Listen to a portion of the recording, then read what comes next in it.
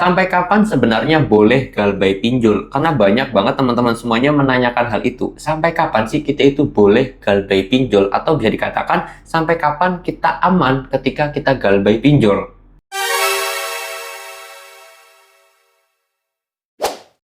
Assalamualaikum warahmatullahi wabarakatuh teman-teman semuanya. Pada kesempatan video kali ini saya ingin membahas tentang sampai kapan kita boleh galbay pinjol atau sampai kapan kita aman ketika galbay pinjol. Ini menjadi sebuah pertanyaan yang menarik banget karena jujur saya sendiri membuat video ini berdasarkan banyaknya pertanyaan dari kalian semuanya yang nanyain di kolom komentar atau DM ke Instagram saya. Saya sendiri akhirnya membuat video ini untuk menjawab dari pertanyaan kalian. Nah, sebenarnya sampai kapan sih kita itu boleh galbay pinjol? Ini pertanyaan yang menarik karena kita sudah galbay tapi menanyakan sampai kapan? Ya sebenarnya kalau misalkan sampai kapan kita boleh galbay pinjol, saya tanya kembali kalian punya uangnya kapan?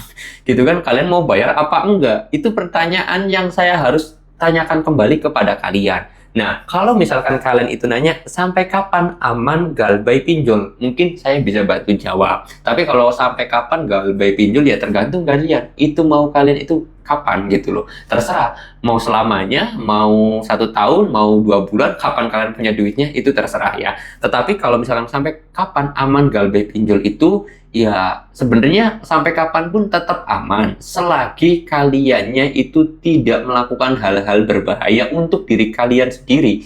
Karena menurut saya dikatakan aman itu kalian tidak terjerumus ke dalam jurang yang sama atau kalian itu terjerumus jurang yang lebih dalam lagi.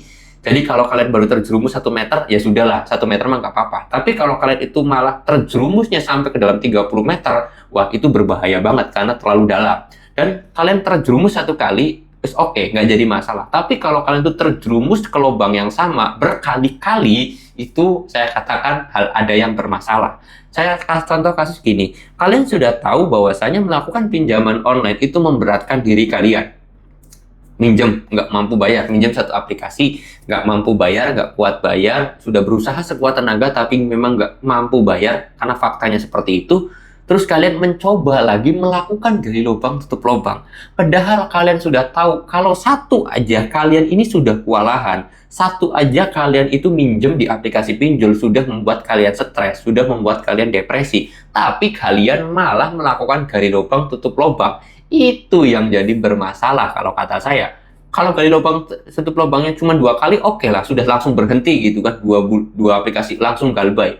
Terus kalian malahan nambah lebih banyak lagi. Ini yang sangat bermasalah. Jatuh ke dalam lubang yang sama. Ini bermasalah sekali buat teman-teman semuanya. Kalau sampai kapan? Sebenarnya sampai kapanpun itu tetap aman-aman aja dan tidak ada resikonya sama sekali. Hanya aja kita masuk slik OJK, udah itu doang, nggak ada resiko lainnya. Dan kalau semakin lama kita galbay, sebenarnya ya skor OJK-nya memang semakin tinggi. Jadi kalau kita macet gitu kan di 1 bulan gitu kan, di kisaran 1 bulan itu kita bakal masuk ke skor 2. Kalau kita galbaynya lebih dari itu ke 90 hari, maka kita bakal masuk ke skor 3. Kalau kita galbayin dari 90 hari sampai 120 hari, itu bakal masuk ke skor 4. Kalau kita itu galbaynya lebih dari 180 hari, itu kita bakal masuk ke skor 5. Udah itu doang resiko yang kalian terima dan tidak ada efek bahaya sama sekali. Hanya masuk slik OJK aja, nama kita masuk daftar hitam. Seperti itu ya teman-teman semuanya.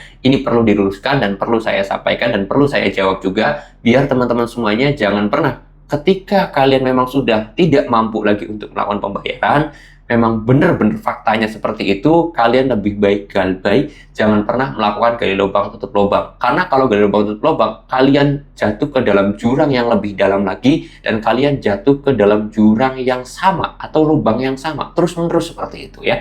Ya, saya juga berdoa kepada teman-teman semuanya, mudah-mudahan rezekinya dilancarkan, dimudahkan segala urusannya, dilimpah ruahkan rezekinya. Dan saya titip pesan juga, setelah mendoakan saya titip pesan kepada teman-teman semuanya, ketika mencari rezeki, apapun bentuknya, apapun halnya, apapun kerjanya, apapun usahanya, jangan pernah yang namanya lupa terhadap sang pemberi rezeki. Itu pesan saya. Percuma kalian rezeki mencari kemanapun, sampai berhari-hari, berbulan-bulan, bahkan setiap hari, dari pagi, siang, sore, malam. Tapi kalian lupa terhadap sang pemberi rezeki, itu saya kira akan sia-sia. Oke, saya tutup dulu video ini dengan kata Assalamualaikum warahmatullahi wabarakatuh. Dan ingat pesan saya, jangan pernah lupa terhadap sang pemberi rezeki ketika kalian sedang mencari rezeki.